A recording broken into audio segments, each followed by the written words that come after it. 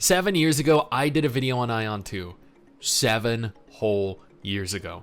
Back in 2017, NCSoft had an idea for the game. They claimed it was being built utilizing Unreal Engine 4. At the time, not a bad engine to be developing an MMO in. They promised a large emphasis on PvPvE, much like its predecessor Aion had, allowing players to participate in what they referred to as dimensional cracks, a type of cross-server wars. However, the faction-based warfare between the Elyos and Asmodians was no longer going to be present. Factions were removed in their entirety, with players being free to choose their race without repercussions. This meant that you'd see both Asmodian and Elyos players party, which admittedly to me sounds a little bit confusing. Hey Dave, there's an Asmodian player, quick! Go on, get him. Wait, Dave, no.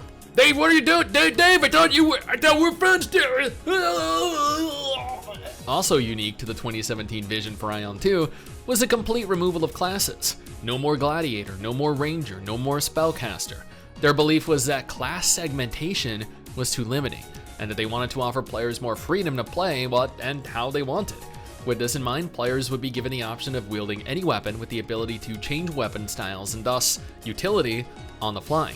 Aion 2, to accommodate this new classless system, would have an entirely new battle system that was not present in the original iteration of Aion. Aion 2 is also confirmed to be releasing exclusively on mobile, but don't close the video quite yet.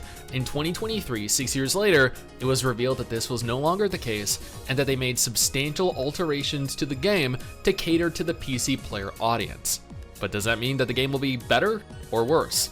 And what else changed over that 7-year period? That's what we're here today to discuss. Before we delve into Aion 2, however, I want to take a moment to thank my incredible patrons over on Patreon. Allow for me to continue to do content like this every single week. You guys are irreplaceable and I cannot thank you all enough for the support. Now let's talk Aion 2. In August 2022, MMO Culture posted an article discussing NCSoft's goal to release a game globally, simultaneously, and that they have decided, after 5 years, to upgrade the game engine from Unreal Engine 4 to Unreal Engine 5. That was their single update after 5 years of absolute silence. No mention of a release date, expected or otherwise, no mention of a beta test.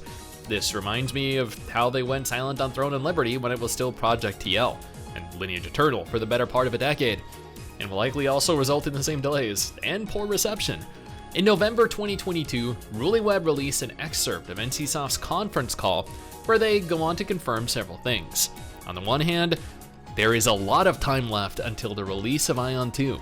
At the end of 2022, they stated that there was a lot of time left until release. I'm gonna go out on a limb here and assume that a 2024 release is therefore out of the question, given they're 7 years in development already. We're aiming for a global simultaneous launch as a next generation MMORPG based on Unreal Engine 5, further reiterating their intention of releasing globally and the engine they're building the game on. Their claims of it being a next generation MMORPG though are a little far-fetched. Not even Throne and Liberty is a next gen MMO. They seem to believe, for whatever reason, that Aion 2 will do even better in North America and Europe than the original Aion did, even though the entire Aion intellectual property has been tarnished by years of mismanagement and incompetence from NCSoft. Do they think the millions, tens of millions of players that used to love Aion are just gonna come back after being burned all this time? What are they smoking? They also seem to think that the MMO market is several times larger now than it was in 2008, despite the MMO market being the most stale and stagnant it has been in over a decade. In May 2023, an article was posted onto Gaming Deputy with a small interview featuring Lee Jung-wook, well, looking at the article, just MMORPG at NCSoft. No particular MMORPG, just, the term MMORPG. Maybe it's this MMORPG. Maybe it's every MMORPG under NCSoft. I'm not sure. Doing a small Google search, Lee Jung-wook is not in fact the head of MMORPG. He is instead the head of investor relations. Regardless, the article in question not only confirms the release of the game fully cross-platform between PC and mobile, but it also goes on to confirm it is undergoing a complete redesign. But what was the most interesting, to me at least, was the part towards the end. It would be nice to rethink more about the MMORPG market on PC. After 10 years devoted almost exclusively to the development of mobile MMOs, with the technological shackles imposed by mobile platforms, of which there are many, The major players in the MMO industry in Korea seem to be rediscovering the PC and the freedom it allows. What to imagine that Aion 2 can surprise MMORPG enthusiasts just like its elder this time. And can we just take a moment here to appreciate that they are referring to Aion as its elder? Yeah.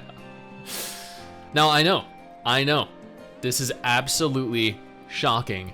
PC allows for significantly more freedom, customization, and opportunity for video games and mobile games do. What an absolutely shocking, groundbreaking revelation to have. In August 2023, Massively OP reported on Throne and Liberty's delay, along with a decline in almost every single aspect of NCSoft's games, PC MMOs, mobile games. It's almost like people dislike the predatory practices NCSoft employ and how they prioritize revenue above the happiness of their players.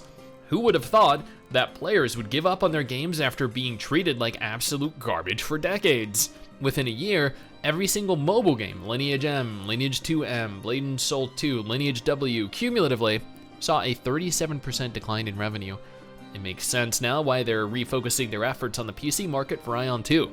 Especially when comparatively to mobile revenue, PC only saw a 4% decrease in revenue total. In their investor call for the second quarter of 2023, they stated that Aion 2 is an important IP in terms of sales.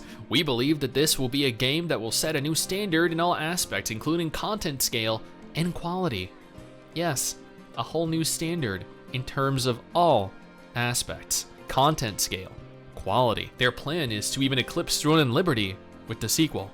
Additionally, when asked about the progress of other upcoming games, such as Project M, NCSoft went on to state that Aion 2 was taking precedence. NCSoft have an official website live for Aion 2. They've had this website live for years now, and in all of this time, they've posted a single minute-and-a-half teaser, a 40-second world teaser, a few pictures, and we see a couple of familiar zones. No additional information has been supplied, no new updates directly from them in terms of development, release, testing environments. Outside of small interviews here and there, along with the forced investor calls, NCSoft have been very quiet, very vague about Aion 2. Over the last 8 months, I haven't heard anything, and that's a little bit concerning. When they stated that it was still a long ways off, they really meant it. Aion 2 is unlikely to be the MMORPG that we want it to be. It's not going to be a return to form for Aion. At the same time, it's not going to be the MMORPG NCSoft want it to be. On the contrary, they're hoping that it is the beginning of a brand new era for them. Yet, this is going to be a cross-platform MMO with a focus on PvP, removed factions, different combat, and new features likely aimed at mobile players. This isn't the future that we wanted for Aion, which at its peak was one of the best PvPvE MMOs on the market. It's not the future the game deserved, but neither was Aion Classic, or if we're talking classic incarnations of games under NCSoft, neither was Blade and Soul Neo Classic. NCSoft, as always, are so out of touch with reality and what their players want that they're continuing to make decisions that further push their players away from actually playing their games. It is baffling. Who looks at their revenue declining by 37% on mobile and says, you know what? We need to double down and convert our PC exclusive gamers into mobile players and push out mobile versions of our larger IPs, rather than focusing on and improving their PC games for a market they so evidently need, and still, for the time being, possess. Thank God ArenaNet are mostly in charge of Guild Wars 2 because they are single-handedly carrying NCSoft on their backs right now, and that shows no signs of change in the coming years, for better or for worse. Aion 2 is coming. One day. And it's likely going to disappoint us as much as the current version of Aion does, if not more, with their mobile focus, in spite of it being cross-platform. Now, if Aion 2 is not an MMO you're at all interested in, then absolutely no problem. I got you covered with 2 different videos on screen right now.